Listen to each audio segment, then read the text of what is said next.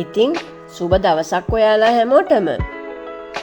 අද අපි අලුත් කෑමක් තමයි හදන්න යන්නේ. ගමට නොයා ගමේ රසට කෑම හදන මගේ චන්දි කුකින් හට් එකේ හදන්නේ අපේ පැරණි ගැමි කෑම වර්ගම විතරක් නෙවෙයි. අද ඔයාලගේ ජීවන රටාවටත් ගැලපෙන කෑමත් ගැමි වුම් පිහුම් කලාවේ වටිනා අත්දැකීම් උදව්වෙන් මම ඔයාලට හදලා පෙන්නනවා. එහෙනම් අපි දැන් යමු මගේ චන්දි කුකින් හට් එකට. ඉතා අඩු ගෙදමින් හරිම පහසුවෙන් හදාගන්න පුළුවන් පකෝඩා ටිකක් හදාගන්නේ කොහොමද කියලා බලන්න.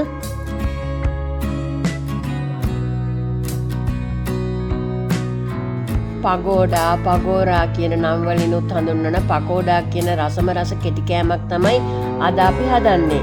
මේ තියෙන්නේ අවශ්‍ය වන දේවල් ලයිස්තුව.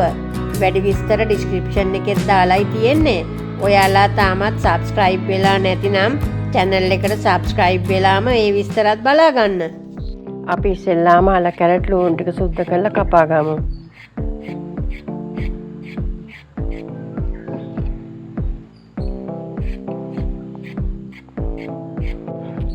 අපි අල ගෙඩියත් ඒ වගේ සුද්ධ කරගමු.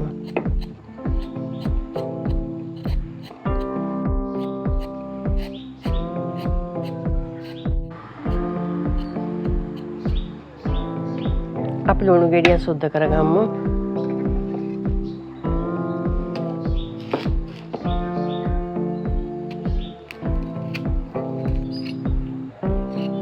අපි මේ ලුණු ගෙඩියත් වතුරට දාගමු. කැරට් අල දෙකත් දෙපැත්ත කපලා දාගමු.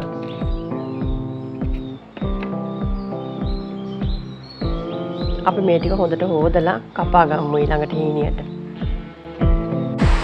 අපි දැන් මේ හොඳින් හොදගත්ත කැරට් ටිකයි ඇල ටිකයි ලුණු ටිකයි කපා ගමු. කපා ගන්නකොට ගොඩාක් මහතට කපන්නත් එපා, හීනියට කපන්නත් එපා, සාමාන්‍ය මට්ටමට කපා ගන්න.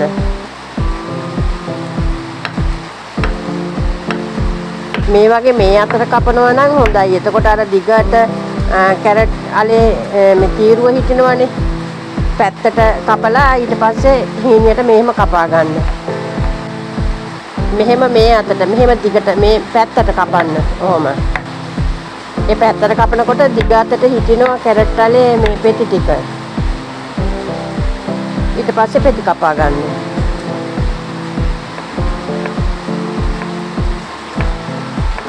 ඒ වගේ කැරට් අල ඔක්කොම ටික කපා ගන්න.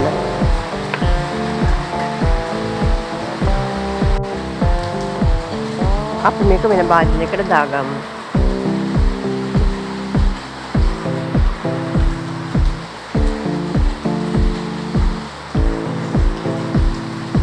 ඒ වගේම මේ අල ගෙඩියත් කපා ගමු.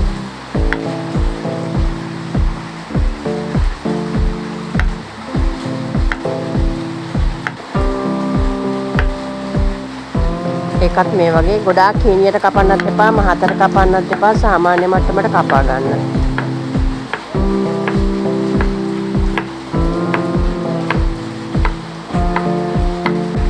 පකෝඩා වලට මේ ගානටයි අපි අල කපා ගන්න ඕනේ. අපි ඒ ටිකත් මෙහෙම තියාගමු.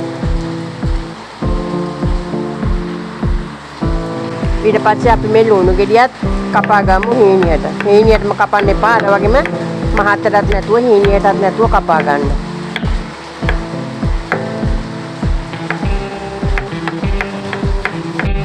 දැන් මේ ලුණු ටිකත් මේ භාජනයට දාගමු.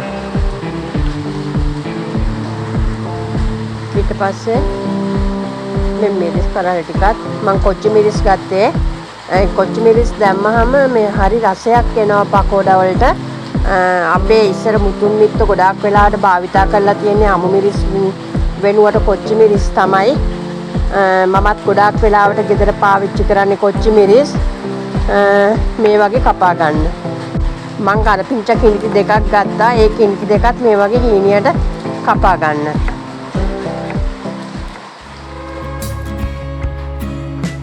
මේ තියෙන්නේ පකෝඩා හදන්න ඕන විදිහට අපි කපා ගත්ත අල්ල, කැරට්, ලුණු, කොච්චි සහ කරපිංචා ටික. ඊට අමතරව අපට ඕන වෙනවා මිරිස් කුඩු, ගම්මිරිස් කුඩු, ලුණු කුඩු, කඩල පිටි, පාන් පිටි, කෝන්ෆ්ලා.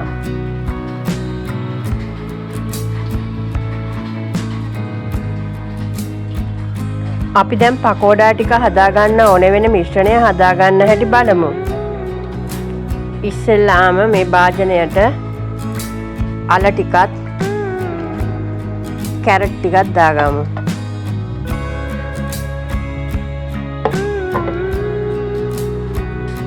රට ලුණු ටික, කොච්චි මිරිස් ටික, කරපිංච ටිකක් දාගමු.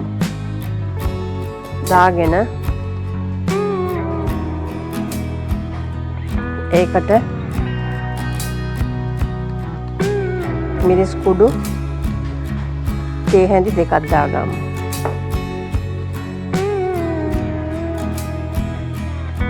ගම්බිරිස් තේ හැඳි එකයි කාලක් විතර දාගන්න. ලුණු කුඩු ටිකක් දාගන්න, රස බලලා පස්සේ ඉතුරු ටික දාගන්න බලාගෙන.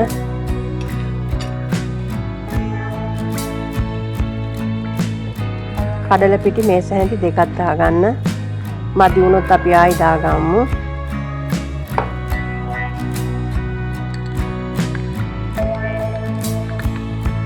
කෝන් පිටි මේස හැන්දක් දාගන්න.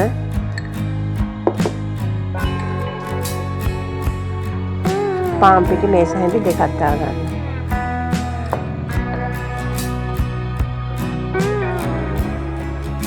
අපි දැන් මේක මෙහෙම අනාගමු.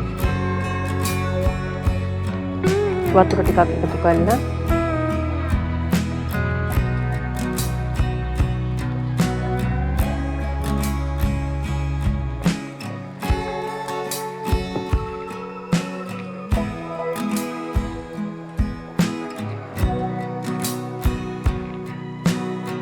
අපි දැන් මේ කානද්දී එකපාරටම ඔක්කොම කඩලා පිටි පාන් පිටි ටික පිටි දාගන්න හැ.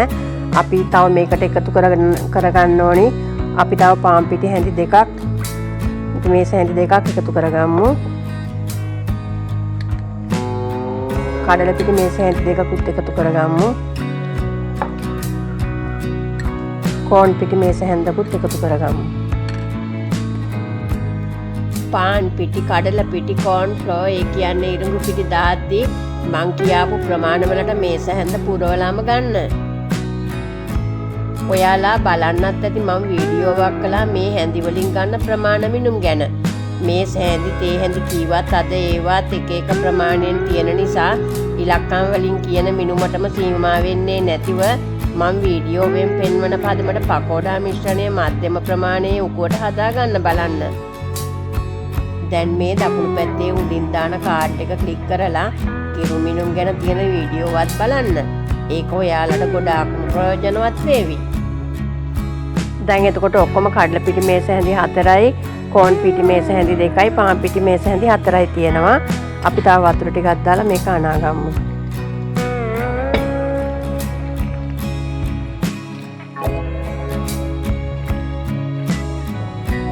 මෙන්න මේ වගේ ප්‍රමාණයට අනා ගන්න. මේ ඕගොල්ලෝ දානකොට හොඳට ඝනවත් නැති, දියාරුවත් නැති මිශ්‍රණයක් වෙන විදිහට කඩල පිටි, පාන් පිටි, කෝන් පිටි දාලා හදාගන්න. ඒ ගන්න ප්‍රමාණයට අනුවයි ඕගොල්ලන් තීරණය කරගන්න ඕනේ කොහොම දෙන්නේ කියලා. මේ පකෝඩා මිශ්‍රණය මේ ගානට හදාගන්න. ගොඩාක් ගානට හදන්නත් එපා, දියරට හදාගන්නත් එපා. හරිම ගාන තමයි මේ වගේ ගාන. මේ විදිහට හදාගන්න. ඒ වගේම අමතක නොකර කරන්න ඕනි දෙයක් තමයි මේ මිශ්‍රණයට ලුණු බලන එක. අපි බලමු ලුණු. මේ මිශ්‍රණයට ලුණු ඇති. අපි මේක විනාඩි 20ක් 30ක් විතර සීසන් වෙන්න තියලා ඊට පස්සේ ගැඹුරු තෙලේ බැදගමු. එතකන් අපි මේක වහලා තියමු.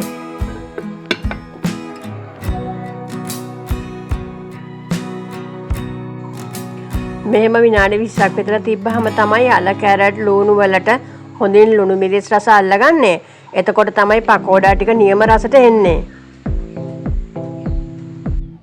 දැන් අපි පකෝඩා ටික ගැඹුරු තෙලේ බැද ගන්නයි යන්නේ. ඔයාලත් මේ වගේ පිරිසුදු අලුත්ම පොල් තෙල් ගන්න.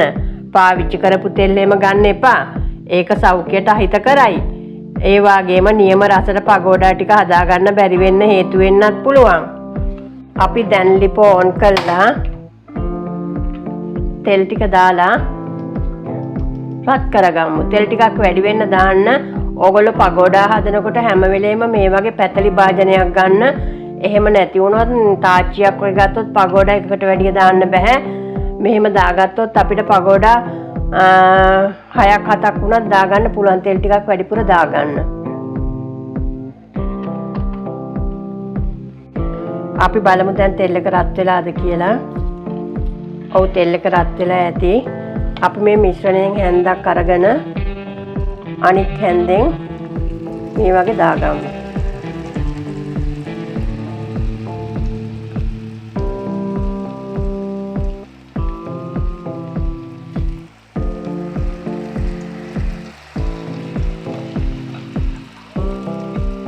මේ වගේ දාගන්න එක.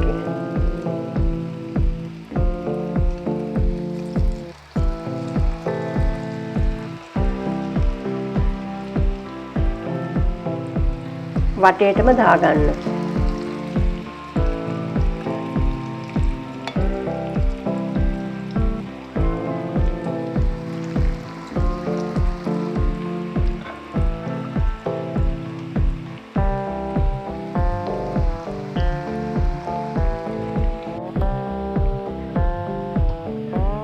දැන් මේවා අනිත් පැත්ත මේ වගේ හරව ගන්න.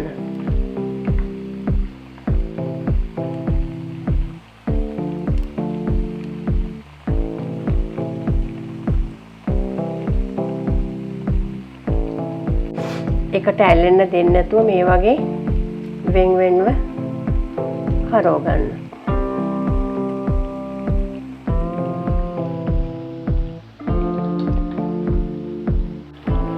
මේ වගේ පකෝඩා ටිකක් හදාගන්න අපිට කවුරු හරි හදිසියෙම එනවා කියලා කිව්වොත් ඊටාම ලේසියෙන් පුළුවන්. පුංචි දේවල් ටිකක් විතරයි අවශ්‍ය කරන්නේ. ඊටාම පැයක් වගේ කාලයක් තුලදී ඔක්කොම හදලා කරලා අපිට ඉවර කරගන්න පුළුවන්. ඕගොල්ලෝ මේ කවුරු හරි අමුත්තන් හරි කවුරු හරි එනවා නම් ඒ ආවට පස්සේ මේ තේ දෙනල හැත් වෙලාම මේ ටික බැද ගන්න. එතකොට ක්‍රිස්පි ගතියටම ඕගොල්ලන්ට මේ නායට සංග්‍රහ කරන්න පුළුවන්. දැන් අනිත් පැත්ත හරව ගන්න. එකම පැත්තට තියන්න එපා. එහෙම වුණොත් ඒ පැත්ත විතරක් කර වෙන්න පුළුවන්. අනිත් එක ගින්දර වැඩි කරගන්න එපා. ගින්දර වැඩි වුණොත් කැරට් තැම්බෙන්න ඉස්සෙල්ලා කර වෙන්න පුළුවන්. දෙපැත්ත හරව ගනිමින් බැද ගන්න.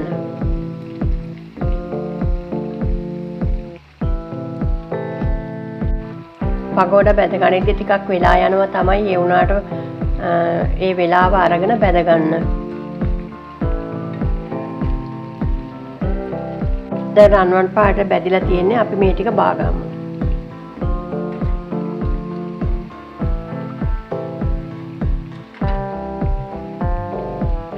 ඉතාම රසවත් කෑමක්. අපේ ගෙදර ගොඩක් වෙලාවට රාත්‍රී ආහාරයටත් මේවා හදලා කනවා. සෝස් ටිකක් එක්ක වගේ කනකොට හරිම රසයි.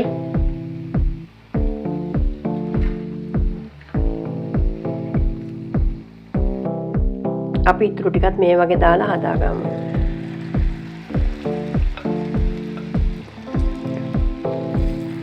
ලොකුම වාසිය තමයි ඊටාම අඩු අමුද්‍රව්‍ය ටිකකින් ඉක්මනට හදා ගන්න පුළුවන් වෙන එක. ගොඩක් හදා ගන්න පුළුවන්. මම මෙතෙන්ට ගත්තේ කැරට් අල දෙකයි, අල ගෙඩියයි, ලුණු ගෙඩියයි.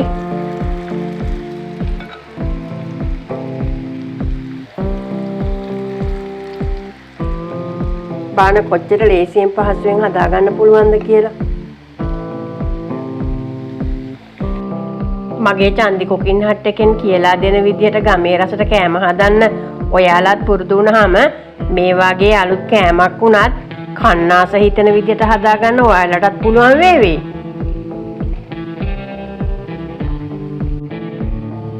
මේ ටික ඔක්කොම තෙල් බේරෙන වාජනයකට දාගන්න.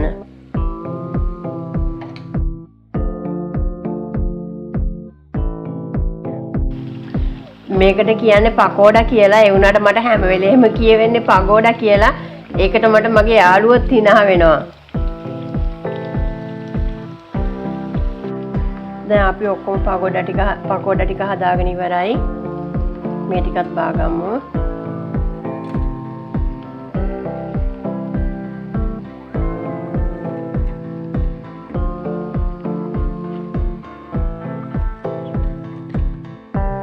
ඔන්න දැන් අපි හදාගත්ත පකෝඩා ටික පිළිගන්නන්න සූදානම්. උණු උණුවම පිළිගන්නවන්න පුළුවන් විදිහට කාලය කළමනාකරණය කරගෙන හදාගන්න. එතකොට තමයි නියම රස. අපි එකක් කාලා බලමු. බලන්න ලස්සන. අපි එකක් කාලා බලමු. හරිම රසයි.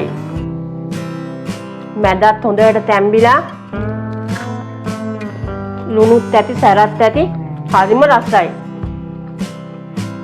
ඔයාලා කැමති නම් චිලි සෝස් ටිකක් එක්ක තක්කාලි සෝස් ටිකක් එක්ක කන්න පුළුවන් පකෝඩා.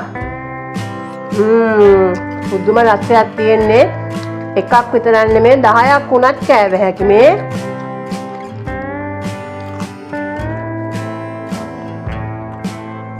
ඉතින් මේ වගේ තවත් රසවත් කෑම ගොඩාක් හදාගන්න හැටි හරියටම දැනගන්න මගේ චන්දි කුකින් හට් channel එකට subscribe වෙලා දිගටම රැඳී ඉන්න.